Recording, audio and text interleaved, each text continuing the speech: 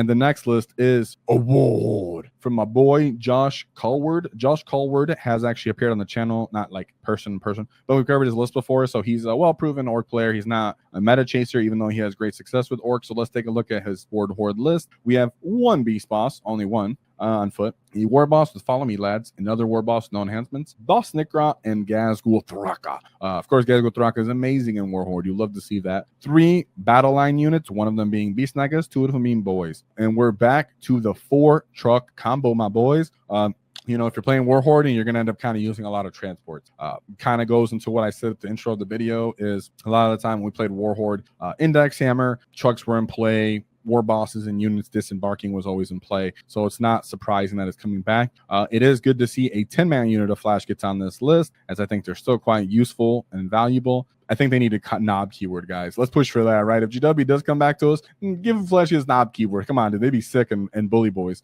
2 Mega Nobz, that way they could just escort Gaz. What's funny here is he took 1 kill saw and 1 power claw, so he was very much like, wound good enough, I don't really need wound rerolls. The shooter really sucks, so I don't really need the shooter. I'm just gonna have either power claw for more attacks, or I'm gonna have the kill saw for more AP. Then he went for 2 10-man units of Nobz, of course the Scalpel unit, both with power claws. I'd love to see that. And then 3 by 5 Stormboy units, that way he can still try to play the mission. So he has the 2 10-man units of Boyz, run out, do nice little trades, getting little skirmishes, block people off, sticky objectives, Stormboys to run around, do secondaries, trucks to kind of stand on things as you continue to move forward. Very, very holistic based version of the War Horde. Of course, I can see more people not taking gas and just bringing more beast bosses, as we talked about in earlier comments. I'm on the train of running 2 beast bosses myself, but you know, Gaz, if you're used to playing with him and you understand, you know, I'm gonna have to pop Here We Go to kind of cover some distance, really need to crump something that has great you know, wounds and high durability. The Gaz really does get stuck in because armies I face tend to go to the middle of the table. Then he's a really good points because, you know, with the deployment zones and the changes of the terrain, playing like the terrain game of leapfrogging forward and counter punching is a huge factor here, and Gaz can still find his way around the table. Where is that? Today's sponsor, Baron of Dice. So Baron of Dice has great dice. They have actually enabled us to give these dice out for our paint competitions. So I greatly advise that you go out there. We have a link in the description for 5% discount. That's of course because nobody likes taxes.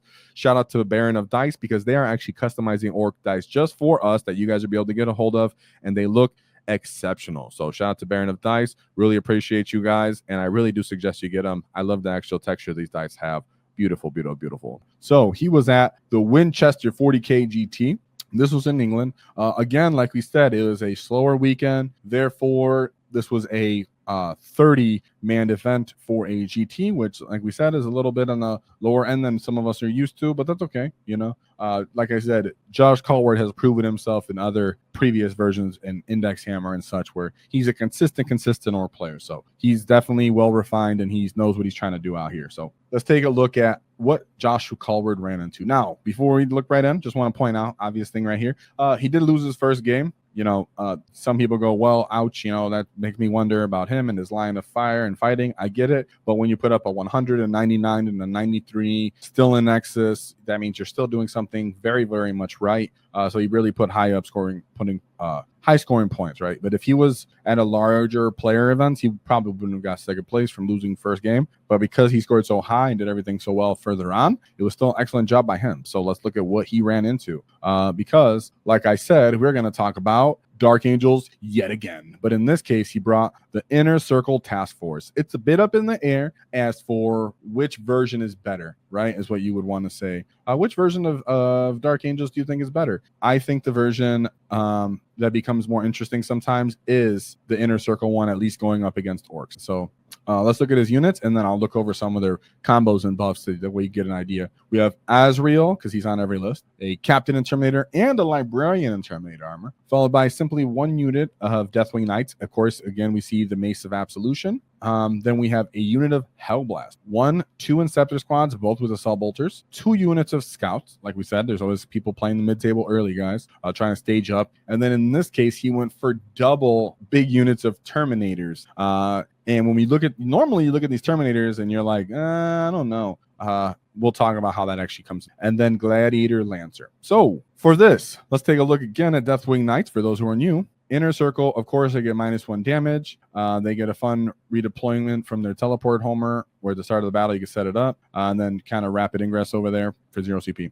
But really what's interesting about them is when you do take something, what's different about Inner Task Force is vowed target. So this is the Inner Circle detachment rule, which I think has been updated and made better. So what happens is at the start of your movement, select one of the following: defensive footing or aggressive footing, aggressive push, excuse me. So you can pick one objective if you're defending, which is I just want one that I already control, and then they're considered my vowed objective marker, which stacks with what their rules are. Or you get aggressive push, where you can select one or more that you do not control that are considered vow. And what that means is each time a Deathwing infantry unit from your army makes an attack that targets a unit within one or more of your vowed objective markers, you add 1 to the wound roll, meaning that you get +1 to wound on everything you don't own. Yes, everything you don't own. You get +1 to wound on anybody you're fighting on there. That's pretty freaking awesome. And you know, when you're trying to push the game and you're running a bunch of Terminators, because Terminators are at that weird threshold where they're like, I'm strength 8, and you're like, I don't know, man, I'm not really that intimidated. And then like, I get +1 to wound. You're like, oh, okay, I'm starting to hear you. But then on top of that, you can get for 1 CP, you get Deathwing infantry unit that has not been selected to fight. You can reroll wound rolls of 1, or if you're on a vowed objective marker, you can just reroll the whole wound roll. So if you're going to something that's very tough, that you are wounding on 4s, let's say, because it was higher than your strength 8, whatever it may be, then you're going to get rerolling wounds against that and +1 to wound. That feels pretty dang good right there. Not to mention that these guys have a 3-inch deep strike. So you have in your movement phase 1 Deathwing unit from your army that's arriving in deep strike can affect 3 inches away from you. So you can take one of those big 10-man units of Terminators, drop them 3 inches away from your grots that you're using the screen, and then you can shoot them away and charge something behind them. So that means even your screens need to be kind of set in a way that you're, you know, we'll say 6 inches away from even your screen. There's an inch from your screen, your bases of your models, maybe a little more, and then 3 inches from that. So you're hoping, okay, now you get like a 10-inch, 9-inch, 8-inch charge, because otherwise they can't charge from there. But just remember, the next turn you're trying to move block them, they're going to move a little close, shoot away your grots, and then they're going to try to charge you, right?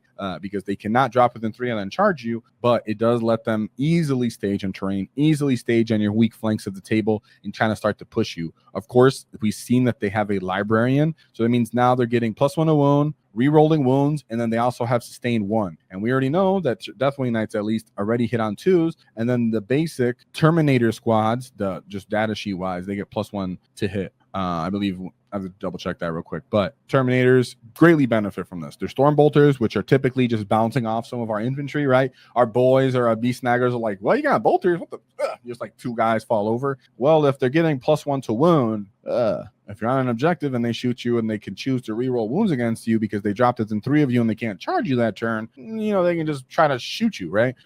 So you can see in a way that they're like, let me make sure that's not only melee, right? It's not only melee, is it? Oh, no, it's a 5-face. Okay, they're not rerolling wounds. Thank God, they're not rerolling wounds, but they're getting +1 to wound against you, and they're still getting sustained 1, which means, you know, they are doing moderately well because Storm Bolters still can destroy boys if they're wounding them on 4s. That's how it really used to be for a lot of the game until boys went to T5. So this can be an issue. They have assault cannon, so they can shoot you up with that. And then a couple of them have cyclone missile launchers and everything like that. So into a Ward Horde list, this oddly, even though this player didn't end up doing well for the rest of the event, because he was such a hard skew into 2-up armor save and reliable damage output with +1 to wound with all their small arms fire, means they were able to deal with a lot of these units that you see on this list. As you see, Flash Gitz don't really do much into Terminators, but Terminators with +1 to wound or even just straight data sheets can really beat up Flash Gitz. All these boys and snagga boys aren't really enjoying anything they're fighting. It comes down to, can my Nobz get stuck in and really erase something? Even a jacked out Nob unit can, you know, hopefully kill 1 Terminator. Well, not 1 Terminator unit. If the Armor of Contempt, I believe you're more likely to kill about 5 or 6. You know, you lost some of your attacks from your war boss and such. Even with, and I'm including the wall with lethal sustain because you're still saving on 3+. So you're going to put a ton of wounds on them, but they're going to make a lot of saves and then probably lose about 6 of their guys. But they still have some guys left, and then you're getting clapped back with everything out left, or the Deathwing Knights might just tank it because it's all damage 1 and they're 4 wounds. So it's just, in a weird way, that's just how that kind of ends up looking. You have to surgically get in there and really try to cut out those Terminators in a nice, reliable fashion. And I have a feeling that Joshua just wasn't that familiar with Deathwing Knights, the Dark Angels, because he did end up having to face them again. So shout out to Joshua Cowlard. Yes, you did lose that one, but it was a very hard skew into what we know Orks aren't really loving to see, which is a bunch of 2-up armor saves. You did have the tools, and you proved to be able to overcome this later, but this is why we're covering this, because they want you guys to be familiar with these Dark Angels lists, as they're kind of like a easy army to play in a lot of ways, because they're going to just kind of stat check you and just hope that you bounce off them, and as an Ork player you really might. So know the rules and kind of know the map, navigate around them, right? Don't stand on an objective if you don't want to get wounded in +1. He might have just not known that, because I believe that was a new change. Now we're going into his second matchup, where he did seek an extreme redemption here, and he put up 100 points onto this list. We have a Acadian command squad with all the fixings, Gaunt's Ghost with all the fixings with their really cool shenanigans, Lord Solar Leontis, because he's a staple in this. And remember, guys, pretty sure this was on UKTC. Can I look at that or no? The train. I mean, this is in the UK, and so yeah. UKTC token applied for here, ITC point rankings. So we know that this was actually not favorable, but better terrain for guard than maybe in America would be, right? So this is an intimidating matchup for War Horde. 1 Cadian Shock, 2 Cadian Shock, 1 unit of Catachan, and it's simply a minimum size unit. Oh, lucky for you. 2 Chimeras, followed by 1 big unit of the Bull Grid, a Hydra, a Ghazghkull unit, Leman Russ Battletech, Leman Russ Exterminator, Manticore, and 2 Rogel Dorns. While that's significant, is the Rogel Dorns are doing it just, I'm going to stand in this lane and blow you away if you peek yourself. What's good here is what used to really be problematic for Ork is these Manticores used to just be like, I'm going to pop your transport and then I'm going to kill what's in your transport. They're not as reliably doing that, which means you can actually stage a lot easier, even on UKTC terrain, where they have kind of nice L-shaped little ruins that you can kind of stick your body in, hug the wall, like, don't shoot me. And he doesn't have a lot of like big bricks of 20-man units of infantry. Keep in mind, they're not constantly bringing back units as they used to. They're only doing it 1. So I would like to have seen if he had at least 1 unit of 20 guys, like these Catachans, I could just run them, kind of avoid the pressure, and then when you kill them and they come back and they get in the way again, that could be cool, but he just didn't have that. This comes down to, does the guard player make the right screening and positioning changes that he needs so that the Ork player can't simply run into him, punch him, tag his tanks, survive some of the shooting, hold him back in the deployment zone, deny his scoring on secondaries because he killed all his scoring secondary units. Ork player might get tabled at the end, but he stopped you from scoring. You're not bringing your annoying chaff back anymore to play late game scoring. Don't have scions on this list to jump down and score for you secondaries in that case. Therefore, you kind of have to run into this War Horde, and all the trucks allow you to stage in position. You can't disrespect Orks like you could normally do in other War Horde detached like mix-ups, where you actually have a beast boss, but you also have Ghazghkull Thraka,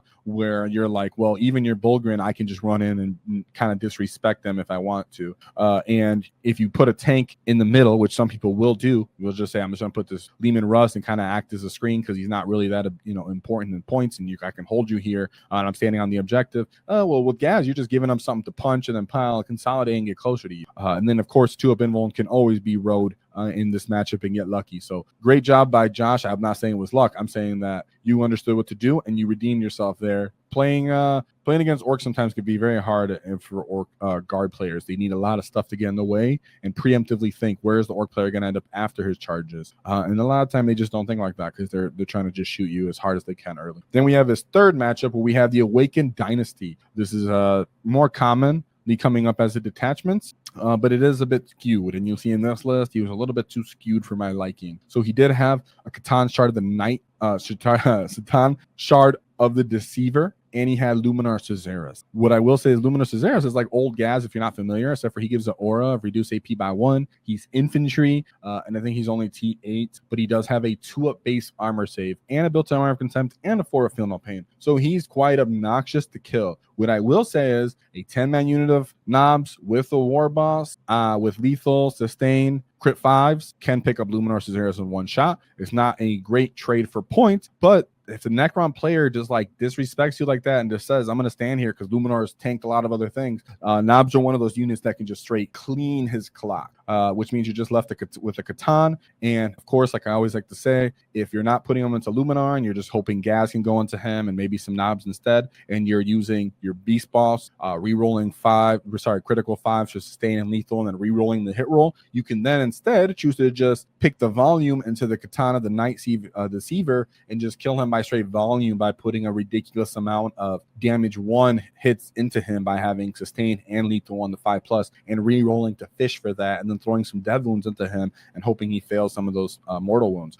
So those saves, those feel no pain saves. So if you choose to critical lethal on one of these units or the other, just know in the end, either one in our friend Joshua Cowlard's list, he has the tools to kill both these units. Of course, you do need the CP for the Catan version, but for just Luminous Viserys, if you put Ghaz into him and then just some Nobz, you could still just crack really, really hard, because Ghaz could just be like, I'm going to sweep attack you, or I'm just going to crump you for 4 damage and get sustaining and lethal. So there we go. So the rest of his list, because it's very thin, he has Chronomancer, Hexmark Destroyer, Overlord, Plasmancer, Technomancer, because he has 3 10-man units of Immortals, so he's stacking these shooting profiles he can. He has a Tesla, and then 2 of them have Gauss Blasters, 1 Crypto Thrall, a Scarab unit Swarm, and then 3 of these Doomsday Arcs. That's why I was so honed in and focused on these 2 characters, because there's very much that he was either playing the flanks with each character on one side, or playing the flank with one of them, and then just kind of staging in the middle with Luminar Caesaras and just taking lines of fire. And then when you try to get closer, he runs at you with these guys or tries to bulwark you.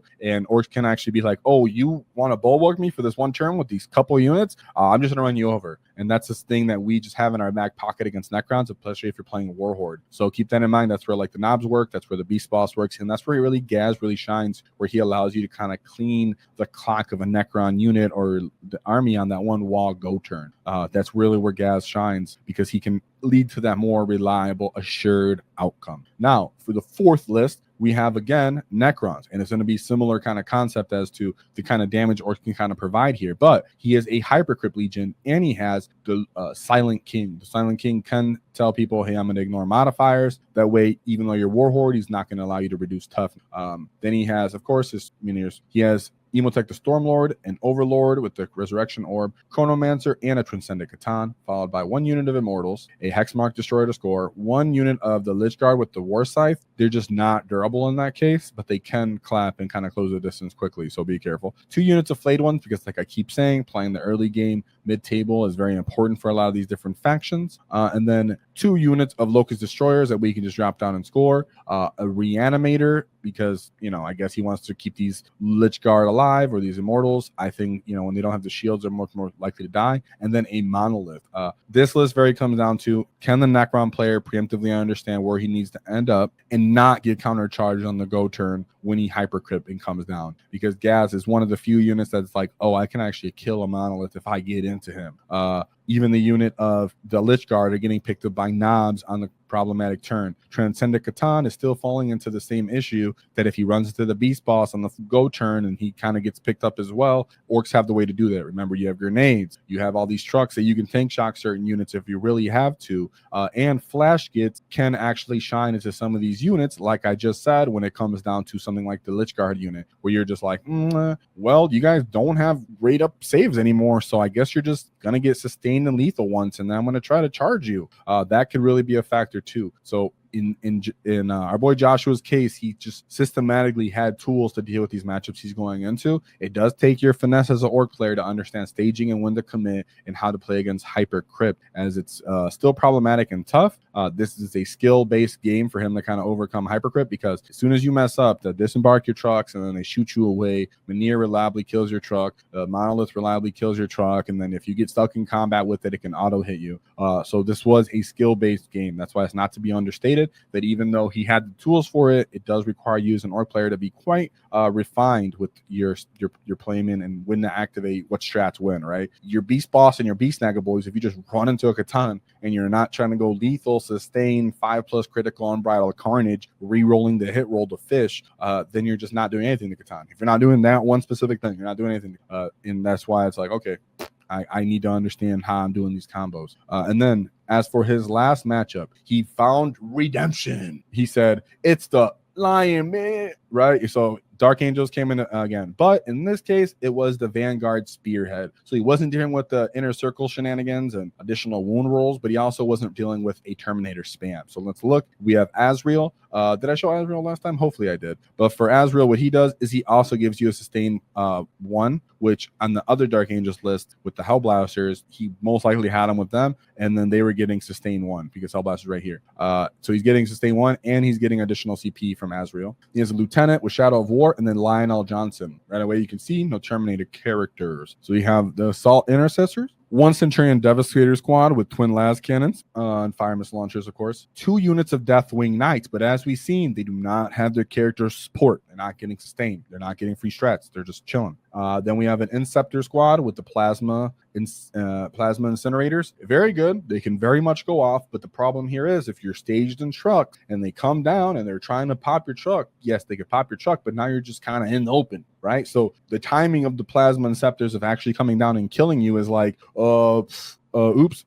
Hey, thank you, Brian. I should have noticed that earlier. Yeah, no wonder I messed up. Sorry, let's look at his list. Hopefully I didn't mess up. Which list did you not see? Let me know so I can go back and show the list. But we have Intercessor Squad, Centurions right here, Deathwing Knights, 2 of them, the Inceptor Squad with Plasma Incinerators, followed by 3 Scout units, an Evisor Assassin, and a Voidsman at Arm. So thank you for that shout out. But like I said before, he doesn't have things to disembark the trucks other than Centurion Devastators, and he's trying to play the shenanigan of come off the table edges and shoot you. You're going to get blown up in your truck, stage in the building, and then run up and try to attack him. Of course, he can reactively move, but at some point, he does have to interact to play the game. He is going to commit his Deathwing Knights into you, and they don't have the same offensive output as they did in Inner Circle, where they're re-rolling +1 to wound, re-rolling wound rolls in the fight phase, pretty much stacking both of those, and then also getting sustained, where they can be like, I'll just clean up all 10 of your knobs in this one punch. In this case, you're not, and if you do punch them, they can still fight on death and try to chew you down more, and then Gaz can come in and try to finish you off. And like I said, this is just very elite with not a lot of activations nor a lot of volume, and I'm sure that he was just understood what he had to kind of allocate resources here too, and it's killing the things you can that are trying to score. That way late game he can't, and then you come in and you just jump whatever's left. All right. So that's how that went. You do have to play the I'm not letting you come in wherever you want game for this Vanguard Spearhead, which is very different than playing against the Inner Circle. Just in case I didn't show the other list, this was the Hypercrypt list with the Silent King, Emotech Stormlord, Overlord, Chronomancer, Transcendent Catan, 1 Immortal, Hexmark Destroyer, List Guard right here with the War Scythes though, 2 Flayed ones for infiltrating, then the 2 Locust Destroyers for scoring, a Reanimator, and a Monolith. That was for his 4th matchup. Just in case I missed it, I just want to go over this real quick. His 3rd matchup was against the Awakened Dynasty, which was that weird, very character-heavy, only 2 big bricks to stand in the middle of the table, which is just a Deceiver, Luminor Caesaris. Then he has a bunch of characters, and then just simple 30 battle line infantry units with Crypto Thrall, Scarab Swarm, and then 3 Doomsday Arcs, which are hard to kill. And they are respectable for shooting, but they're not as intimidating as some of the other Necron vehicle gun platforms, which are the Triax Stalkers or something like that. As for a second matchup, like I said, it was Guard with double Gonskos, Lord Soul, Leontisk, 2 Cadian shock squads, a Catachan unit, those are all minimum size units, 2 Chimeras, 1 Bullgren Scott, a Hydrid, a Kazarkin, Lehman Russ, Battletake, Exterminator, Manticore, and 2 Rogodorns, and this is on UKTC terrain. Hopefully I didn't mess up and I showed the first list that he lost to, which was Azrael, Captain Terminator Armor, Librarian Terminator Armor, Deathwing Knights, Hellblaster, 2 Inceptor squads with bolters, Scout Squad, 2 Terminator units, and then a Gladiator Lancer. See, the difference here between the Dark Angels list that he beat and the one he lost to is these guys have Lancers, they have some missile launchers to shoot, they get +1 to wound, so they can even try to chip down something like a truck if it's not an objective. Inceptors that are small units, so they can drop in a little easier and really shoot stuff that's trying to hide. Hellblaster squad, so they can shoot away volume and semi-durable units, because he's also getting Azrael sustain 1 with them, and all these Terminators, one of them's getting sustained from the Librarian, and then the Captain is also assisting as well. So this is more of he's doubling down on those couple elite bricks, and then everything else is not elite, which means he gets the volume for what his kills are and the value in his kills and durability, but then he also gets the small activations to kind of interact with you and kill you. Plus, stacking all that 2-up armor saves just completely invalidates Joshua Cowlard's Flash Gitz. So let's take a look at his list one more time. It's time to fight War Horde. He has Beast Boss, War Boss on foot with Follow Me Lads, War Boss, Boss of Snikrot, Ghazghkull Thraka, 2 10-man units of Boyz, Beast Snagga Boys, 4 Trukks because Trukks are back in town, a 10-man unit of Flash Gitz because they're all still awesome, and sometimes you just need something to shoot and get rid of things with sustain lethal. 1 unit of Gretchen only, 2 Mega Nobz just to escort gas, 2 10-man units of Nobz with Power Claws because they're awesome in War Horde, followed by 3 units of Storm Boys. Very much the baseline archetype, solid, a little bit of everything from what's really good in War Horde, taking advantage of gas and the Beast Boss, and still having the Nobz with Power Claws. So you have AP, you have volume of damage, and you have Flash Gitz. That way you can still shoot some stuff away. Plus you can get good skirmishes for 160 points. Pretty dang good skirmishing unit for 160 points. If you enjoyed the clip, check out the full video here. If you'd like to see more tactics, click here. Let's get stuck in, lads!